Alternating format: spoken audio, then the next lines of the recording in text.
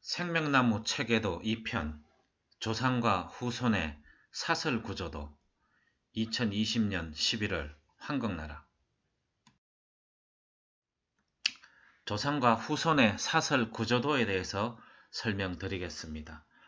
요 세 가지 그림에 대해서 뒤편에서 자세히 설명을 드리도록 하겠습니다. 중간에 생명나무 그림과 좌측에 나의 모습, 우측에 조상의 유골 모습입니다. 미국의 존슨 호킨스 대학에서 최근 인간뼈의 PN 다이오드성 접합 물질에서 FM 라디오 주파수와 유사한 파장이 방사되는 것을 밝혀낸 바가 있는데요. 나와 조상이 파동으로 연결되어 있음을 설명해주는 예라고 하겠습니다. 뒤편에서 다시 설명을 드리겠습니다. 사람은 이 땅에 태어나서 백회를 통하여 천기를 받고 꼬리뼈, 성골, 미려를 통하여 지기를 받고 살아갑니다. 사람이 살아가면서 겪는 재패, 재정 파탄과 임패, 인과사병, 즉 난치성 질환 등은 조상과 후손의 사설 구조도를 이해해야만 치유할 수 있습니다. 이미 소개한 바 있는 사람 생명나무 체계도를 같이 참고로 보아주시기 바랍니다. 사람은 이 땅에 태어나서 살다가 죽으면 곧바로 저승으로 가는 것이 아니라 지상에서의 삶의 성과도에 따라 200년에서 400년 정도 또는 그 이상 지하에서 인신으로 살다가 공부의 계제에 따라 신이나 또는 귀신으로 된다고 합니다. 그래서 조상과 후손은 파동의 동질성 주파수로 연결된 그물망 네트워크의 인연의 사설구조로 연결되어 있습니다. 우측에 기존에 소개한 사람의 근본 본대도를 참고를 하여 이해하시기 바랍니다. 그래서 사람은 우측 생명나무 그림과 같이 지하 무덤, 지옥, 땅속 집 속에 조상 인신 유골이 처한 환경 조건에 따라 지상부의 후손들이 나무의 뿌리와 줄기 가지처럼 그대로 조상 기운의 영향을 받게 됩니다. 나와 자식과 손자, 정손자들이 4대에 걸쳐 조상들과 물샐 틈 없는 거물만 네트워크로 연결되어 상호 기운을 주고받고 있음을 알아야 합니다. 산소는 조상들이 지하 무덤, 지옥, 땅속 집에서 머무는 약 200년에서 400년간 또는 그 이상의 보금자리 집입니다. 우측 사진처럼 좌측은 여성 형제, 우측은 남자 형제로 산소 윗부분 입수부터 자녀 수에 따라 등분을 하여 운기의 상태를 감지할 수 있습니다. 자녀가 셋이라면 우측 그림처럼 첫째 자녀, 둘째 자녀, 셋째 자녀의 운기 상태를 감정할 수 있다는 말입니다. 실제로 무덤의 밑부분부터 첫째 자녀, 둘째 자녀, 셋째 자녀 순으로 운기의 상태를 감정할 수 있는데 만약 둘째 자리 부분에 수맥이 잡히는 등 문제가 있다면 그 자손에 반드시 화, 임패, 재패가 있을 것입니다. 이것은 조상과 후손은 파동의 기운줄이 그물만 네트워크로 연결되어 있으므로 조상 산소 관리를 지극정성으로 해야 화를 입지 않고 발복을 받습니다. 즉 조상은 나의 목숨줄이요 생명줄이라는 의미입니다.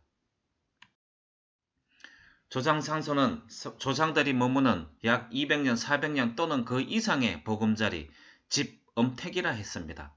그런데 그 집에 물이 차거나 나무 뿌리가 휘감거나 벌레, 뱀 등이 침범하는 등 오염, 산소가 오염의 해를 입을 경우 후손에게 화, 임패, 재패가 미칠 것이므로 반드시 엄택 명당 만들기 공사를 통하여 고쳐야만 그 화를 피하고 발복할 수 있습니다. 굿등을 통한 임시 방편으로는 절대 치유될 수 없습니다. 요즘 후손들이 조상님들 묘소 관리가 어렵다는 이유로 파묘하여 유골을 불에 태워 세골한 후 지상 낙골 땅에 가두는 일, 이것이 지옥입니다. 이런 일이 비일비재합니다. 이것은 조상을 모시는 것이 아니라 화형에 처해서 돌감옥에 가두는 행위와 다를 바 없으며 조상님들이 집을 잃고 거리에서 노숙을 하는 것과 같은 최악의 불경이며 후손의 씨앗을 파내서 불에 태워 없애는 것 같은 폐악행위이니 후손이 끊어지고 집안이 멸문지화를 당할 수 있는 불효막급한 행위이니 절대 금기하여야 될 일입니다. 그러면은 제사는 어떻게 지내야 할까요? 조상들이 산소에 인신으로 머무는 약 200년에서 400년간 혹은 그 이상은 정성으로 모셔야 합니다. 5대 봉제사가 그 사례가 되겠습니다. 제삿날에 강림하시는 자시 밤 11시, 새벽 1시에 제사를 모셔야 하는 것은 물론 온 가족이 지극정성으로 제수를 준비해야 합니다. 그래야 본복을 받을 수 있습니다. 우리의 매장 제사문에는 하늘문화 그 자체로 전승된 것입니다. 이를 무시하거나 게을리하는 것은 조상과 연을 끊는 것으로 줄에서 끊어진 연이나 뿌리나 줄기에서 잘라 버려진 나뭇가지 신세와 같이 됩니다. 이처럼 조상과 후손은 사슬처럼 연결이 되어 있습니다. 그러니 조상 모시기를 지극정성으로 하면 반드시 복을 받습니다. 직선조 4대, 외선조 4대, 인연줄이 이렇게도 중요합니다. 나무 뿌리에 거름 주고 물 주면 그 가지가 받아 먹습니다. 그 조상은 나무 뿌리에 해당됩니다. 조상 산소 돌보기와 정성 들여 제사 모시는 것, 이 두 가지는 효의 연장이며 의무이고 복의 근원입니다. 효덕천하 구현의 기본은 조상 제대로 모시기에서 출발됨을 선언합니다. 조상과 후손의 사슬 구조도를 잘 표현한 도표가 바로 우측의 섬조 음택 점검표입니다. 직선조 4대, 외선조 4대. 산소의 기운을 읽으면 후손의 모든 운기 상태를 알 수가 있습니다. 우측 점검표를 참조하시기 바랍니다.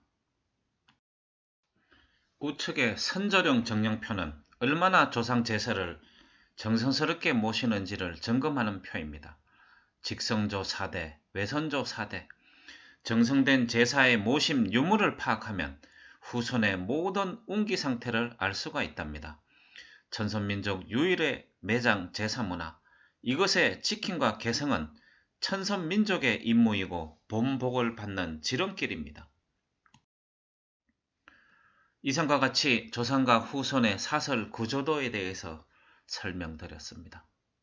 나와 조상은 따로 떨어져 있는 것이 아니라 파동으로 연결되어 있음을 명심하시어 조상 모시기를 게을리하지 마시기 바랍니다.